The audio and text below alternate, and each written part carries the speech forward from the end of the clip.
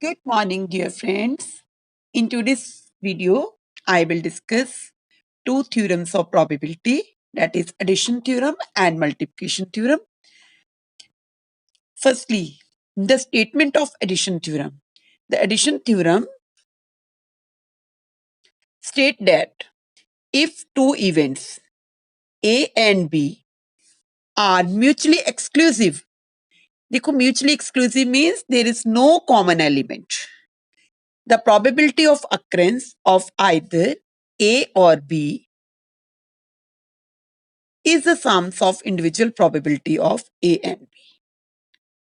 Or symbolically, we write it as P. P means probability. A or B equal to PA plus PB. This is the statement of addition theorem of probability. So what will be the proof? I am explaining the proof. If an event A, because we have two events A and B, तो A can happen in N1 ways. That means A की happening rate क्या है? N1. And B is another event. It is N2 ways. If total number of possibility is N, total means A और B दोनों की possibility कितनी है? N है. Then by definition, the probability of either the first or the second event happening is, that means N1 plus N2 means A और B दोनों की divided by total number. So I can write it like this, N1 over N plus N2 over N. तो N1 over N किसकी probability बन जाती है? A की, क्योंकि हमने कहा था कि A can happen in N1 ways and B can happen in N2 ways. तो probability का formula मैंने पहले explain करा था previous video में, favorable over total number. A के favorable cases कितने हैं? N1 है, total कितने हो गए? N. ऐसे ही N2 over N किसकी बन गई? Probability of B. That means B की favorable cases कितने हैं? N2 है, total कितने हैं? N. Hence P, A or B. That means I have started from here N1 plus N2 over N. That means A or B equal to किसके आ गया? PA plus PB. क्योंकि N1 over N plus N2 over N क्या हो गया? PA plus PB. यहाँ पर तो देखो it can be also extended more than 2 or 3 because I have taken only two events A and B. तो theorem can be extended to 3 or more mutually exclusive events. अगर हमारे पास A, B और C है तो उसकी theorem क्या बन जाएगी? P, A और A, B or C is equal to PA plus PB plus PC. This is the addition theorem of probability. Now I will explain the multiplication theorem of probability. अब देखिए statement क्या है? This theorem state that if two events A and B are independent means उनमें कुछ भी common नहीं है, the probability that they both will occur is equal to the product of their individual probability. Symbolically, if A and B are independent, तो कैसे हमने लिखना होता है? Probability of A and B equal to PA into PB. तो this theorem can be extended to 3 और more independent events. तो proof के लिए देखो वही चीज है, if an event A can happen in N1 ways. देखो ए के हैपनिंग की इवेंट की कितनी है? N1 ways of which M1 are successful and, मतलब A can happen in N1 ways and उसके सक्सेसफुल के चांसेस कितने हैं? That is M1 are successful. And event B can happen in N2 ways and which M2 are successful. That means A देखो N1 way से आती है पर उसके successful के chances कितने हैं? M1. ऐसे B के successful के chances कितने हैं? M2 है.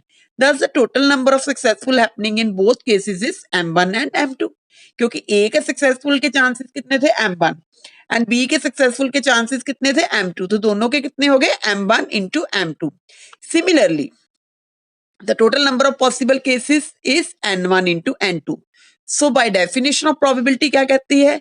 आपने ऊपर क्या रख लेना है? Successful events M1 into M2 over total N1 into N2 is equal to, I can write like this, M1 over N1 into M2 over N2.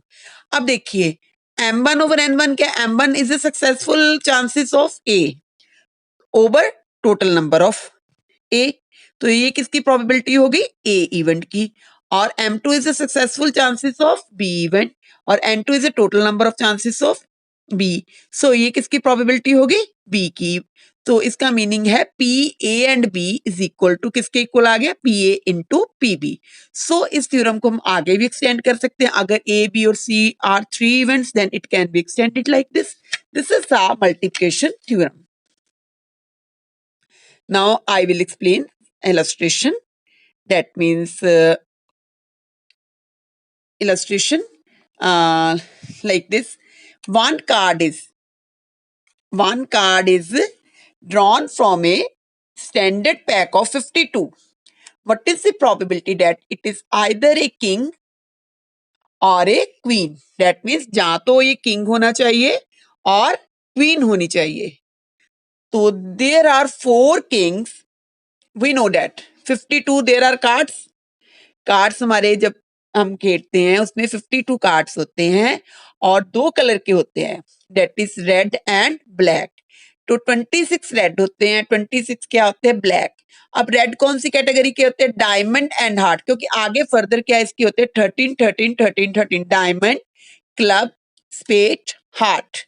जो डायमंड होता है ये रेड कलर का होता है और हार्ट भी क्या होता है? रेड कलर का. ये कौन से कलर के होते हैं? ब्लैक कलर के. Black and this is also black. इसका मीनिंग है 26 रेड हो गए, 26 ब्लैक हो गए.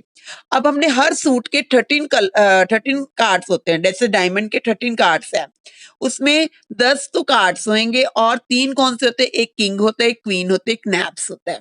दैट मीन्स 10 अदर कार्ड हो गए. 10 11 12 13. इसका मतलब 13 इसमें होंगे, 13 इसमें, 13 इसमें, 13 इसमें.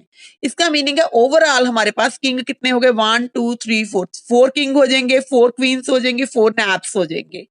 और अगर पूछे तो किंग्स हमारे पास 4 है, 2 रेड कलर के होंगे, 2 ब्लैक कलर के होंगे. So there are 4 kings and 4 queens. Question में क्या था? What is the probability that it is either a king or a queen?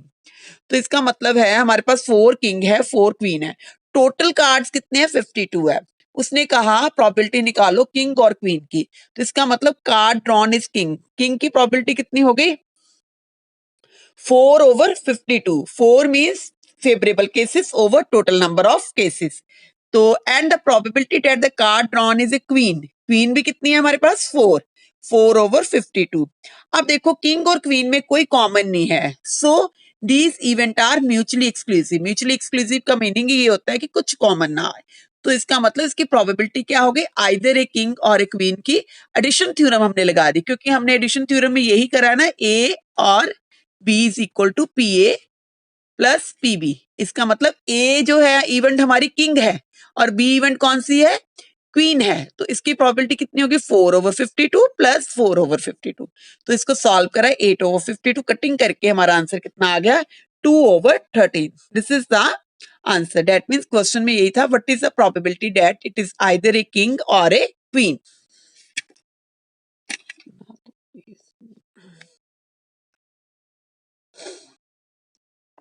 Now the next illustration is an article manufactured by a company consists of 2 parts A and B. That means 2 parts है. In the process of manufacture of part A, 9 out of 100 are likely to be defective. That means अगर A part manufacture करते हैं तो उसमें से 9 out of 100 are likely to defective. 100 part में से 9 parts जो हमारे होते हैं defective होते हैं. Similarly B 5 out of 100 are likely to be defective in the manufacture of part B.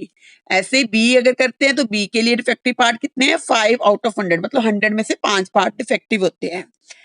Calculate the probability that assemble parts will not be defected. हमने overall probability निकालनी है कि जो जब पार्ट इकट्ठा हमने असेंबल करना तो उसमें कोई भी पार्ट डिफेक्टिव ना हो. तो अब देखिए assemble part will not be defective. इसका मतलब ना तो पार्ट ए डिफेक्टिव हो ना पार्ट बी डिफेक्टिव हो.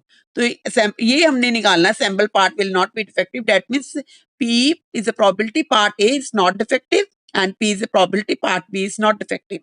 अब हमें देखो पार्ट ए डिफेक्टिव की रेशियो कितनी दी है? 9 out of 100. 100 में से 9 पार्ट तो डिफेक्टिव थे. डिफेक्टिव की प्रोबेबिलिटी कितनी आ गई? 9/100. मतलब favourable cases over total number of cases. ये आ गया 0.09. Part A is not defective, क्योंकि हमें लास्ट फाइनल में क्या चाहिए, नॉट डिफेक्टिव। नॉट डिफेक्टिव कैसे निकालते हैं, 1 minus defective, that means 1 minus 0.09 को माइनस कर देंगे 0.91, ये नॉट डिफेक्टिव की आ गई। ऐसे पार्ट बी की डिफेक्टिव की क्या रेशो है, पार्ट बी इज डिफेक्टिव, वो दिया हुआ 5/100, तो उसका आंसर कितना आ गया 0.05।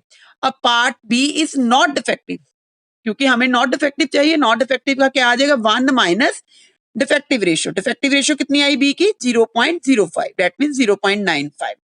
क्योंकि देखो क्वेश्चन में क्या था, डिफेक्टिव की रेशियो दी थी, नॉट डिफेक्टिव नहीं दिया था। नॉट डिफेक्टिव हम कैसे निकालते होते हैं हमेशा, नॉट डिफेक्टिव का ये फॉर्मूला होता है 1 माइनस पी ए, जो डिफेक्टिव है उसको माइनस कर देते, ऐसे हमने बी के लिए निकाल लिया। अब असेंबल पार्ट में से कोई भी डिफेक्टिव ना हो, कोई भी ना होने का मतलब है पी पार्ट भी डिफेक्टिव ना हो, सॉरी ए पार्ट भी डिफेक्टिव ना हो और बी पार्ट भी डिफेक्टिव ना हो। इसका मतलब ए पार्ट की भी वो प्रोबेबिलिटी लेनी है जो नॉट डिफेक्टिव। नॉट डिफेक्टिव कितना आंसर आया था 0.91, ऐसे बी पार्ट की जो नॉट डिफेक्टिव की प्रोबेबिलिटी कितनी आई 0.95, तो इनको मल्टीप्लाई करा, this will be a answer. Thanks dear friend, please like, share and subscribe my channel and don't forget to share with other also.